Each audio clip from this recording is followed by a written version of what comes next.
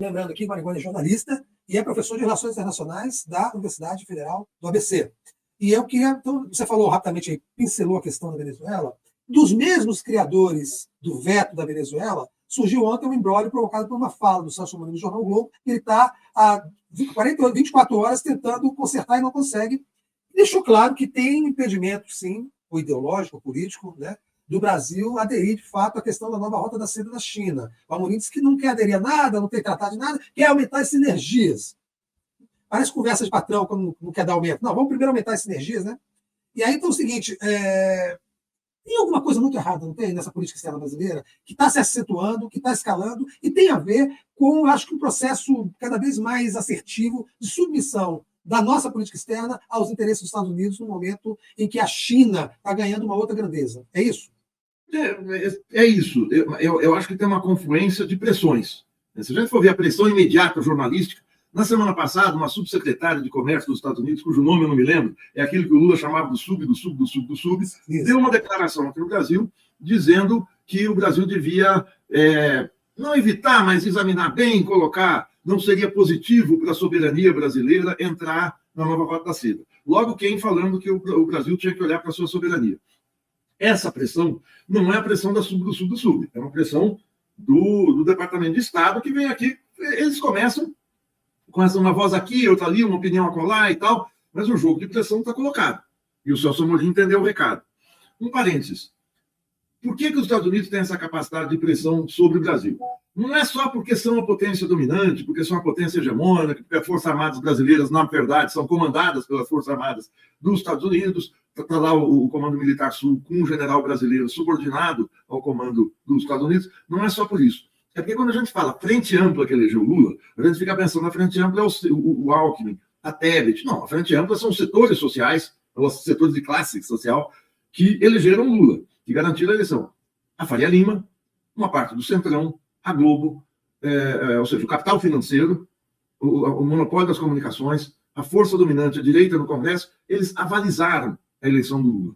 E a gente não pode esquecer que a Casa Branca teve um grande papel em 2022 ao, por 3 oportunidades, ventilar via chefes militares, via embaixada e tal, que os Estados Unidos não admitiriam uma ruptura institucional no Brasil. Foi até uma delegação em julho de 2022 aos Estados Unidos, de várias figuras representativas aqui da esquerda, da centro-esquerda, aos Estados Unidos conversar com parlamentares, com comissões do Congresso, com o Partido Democrata, e essa pressão, mas esse alerta que os Estados Unidos colocaram sobre o governo Bolsonaro se tornou uma dívida a ser paga pelo Lula. O Lula é um devedor do Biden.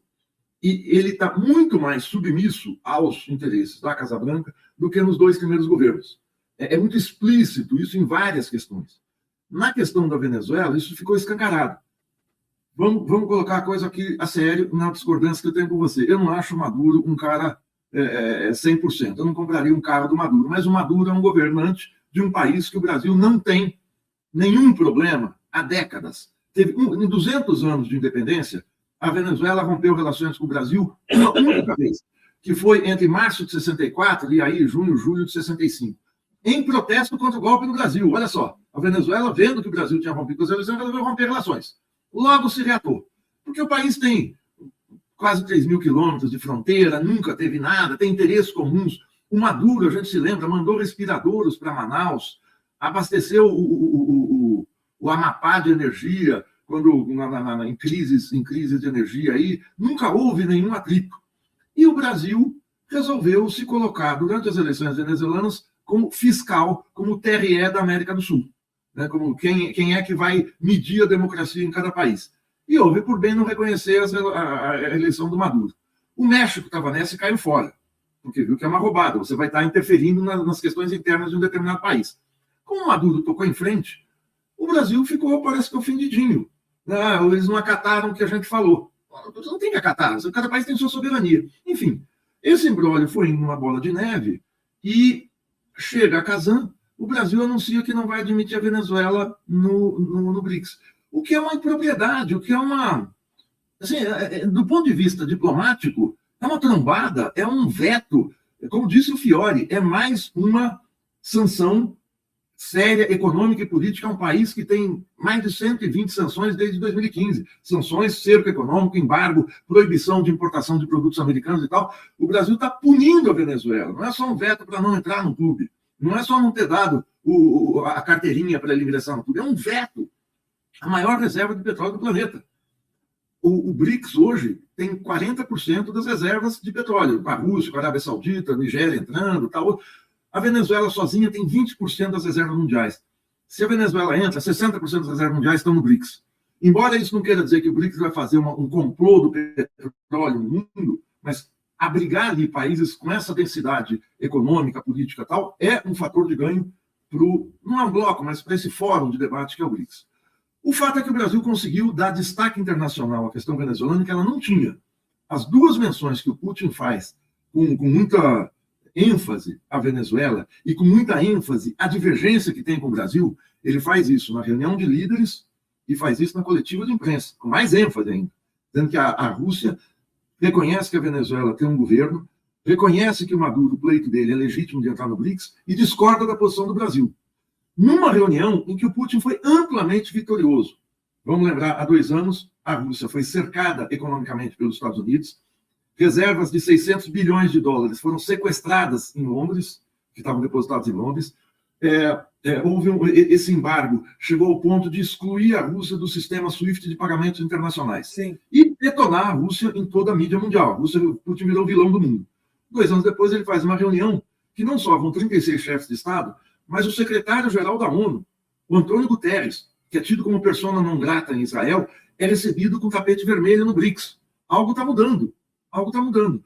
Então, o Putin sai muito fortalecido, o BRICS sai com um prestígio ainda maior, talvez tenha sido o grande evento internacional desse ano no âmbito da diplomacia. O grande evento é a guerra, é o genocídio israelense em Gaza. Mas, assim, do ponto de vista das relações internacionais, é o grande evento.